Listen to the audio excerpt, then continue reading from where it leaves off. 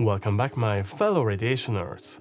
Today we're taking a closer look at what is arguably one of the most radioactive smoke detectors out there, the Pyrotronics F35A. Before we continue, I would like to thank all the amazing Patreon supporters who made this video possible. Thanks, and now back to the video. The Pyrotronics Corporation was a US manufacturer of fire alarm and smoke detection equipment. They've become particularly well known for their PYR-A-LARM series of smoke detectors used in industrial and commercial installations. Pyrotronics was later acquired by Cerberus and rebranded to Cerberus Pyrotronics, under which it operated for a few years before being acquired by Siemens. While the brand Pyrotronics no longer exists today, their legacy lives on in modern smoke detection devices offered by Siemens. There are a few different types of smoke detectors, with optical and ionizing models being the most common. Today, the optical smoke detectors are definitely the more popular ones, as they are cheaper to manufacture and they don't use any hazardous elements. Instead, they use a photosensor which triggers the alarm if it detects any smoke particles.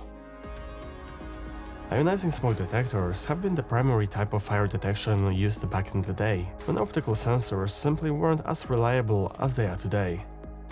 These smoke detectors use a small amount of radioactive isotope, which ionizes the air inside of the ion chamber, closing the circuit and allowing the electric current to flow. When smoke gets inside of the detector, it breaks the electrical circuit, resulting in triggering of the alarm. I think it is important to point out that despite those smoke detectors containing a radioactive isotope, they are perfectly safe to use, and they don't pose any danger unless disassembled and handled incorrectly. There are a few differences in the performance between the two, but realistically, no matter which one you have installed in your house, they will both work and will alert you in case of fire. Over the years, companies around the world experimented with different radioactive isotopes for their detectors. Most often they used americium-241, however there have been some smoke detectors that contained other radioactive isotopes, such as radium-226 or even plutonium-239. My Robotron smoke detector, which I already covered in a previous video, is pretty unique in this regard, as it's one of very few smoke detectors that use krypton-85. When it comes to Pyrotronics industrial smoke detectors, they used either americium-241 or radium-226, depending on the model, and the isotope is clearly labeled on the side sticker. If you want to learn more about the radium version of this detector, Radioactive Drew has a pretty good video about it, and I definitely recommend checking it out. The smoke detector that I have today is the Pyrotronics F35A. It is an industrial smoke detector which was originally introduced around the mid-1960s, and its production lasted until the end of 1970s. Normally, ionizing smoke detectors contain one small radioactive source that has an activity of below 1 microcurie. However, in this case, the detector actually contains 3 separate radioactive sources with a total activity of 80 microcuries. This was most probably done to help improve the detector's sensitivity and reliability in large industrial spaces. At 1 cm distance from the detector, I measured 8,000 counts per second on my RACID with a gamma dose rate of 2 microsieverts an hour, and on my AC International Ranger, I got around 2,500 counts per minute. The first and probably most characteristic source of this detector is mounted on a small pole, which can be accessed relatively easily by unscrewing the pole from the bottom of the smoke detector. The actual source is a small golden strip that is wrapped around the pole. The other 2 sources are mounted inside of the smoke detector on the sides of the ion chamber.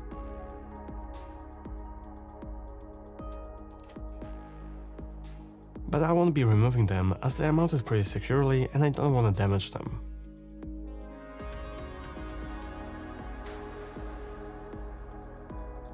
After removing the pole with the source and measuring it up close, it maxed out my Ranger and clocked at around 27,000 counts per second on my RACID with a gamma dose rate of 8 microsieverts an hour.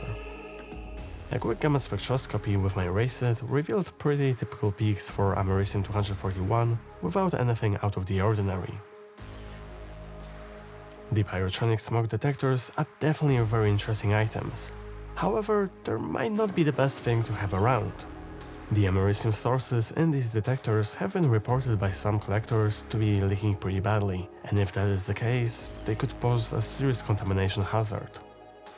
Even though americium-241 does not produce strong gamma rays, it is an alpha emitter and is extremely radiotoxic. If ingested, even small amounts could result in very serious health issues. Radium-226 sources are not much better, as they emit far higher radiation levels and produce a lot of radon gas.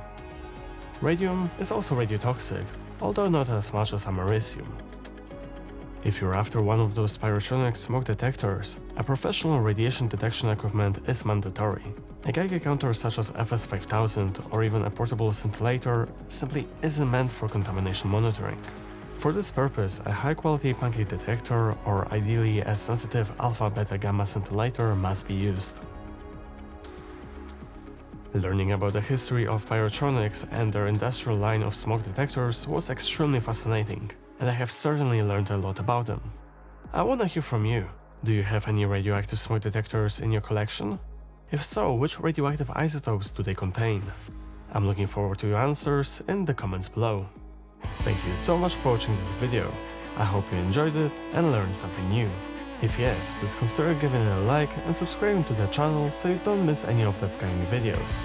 Also feel free to check out my Patreon page where you can support the channel financially and get access to exclusive content. And remember, stay active.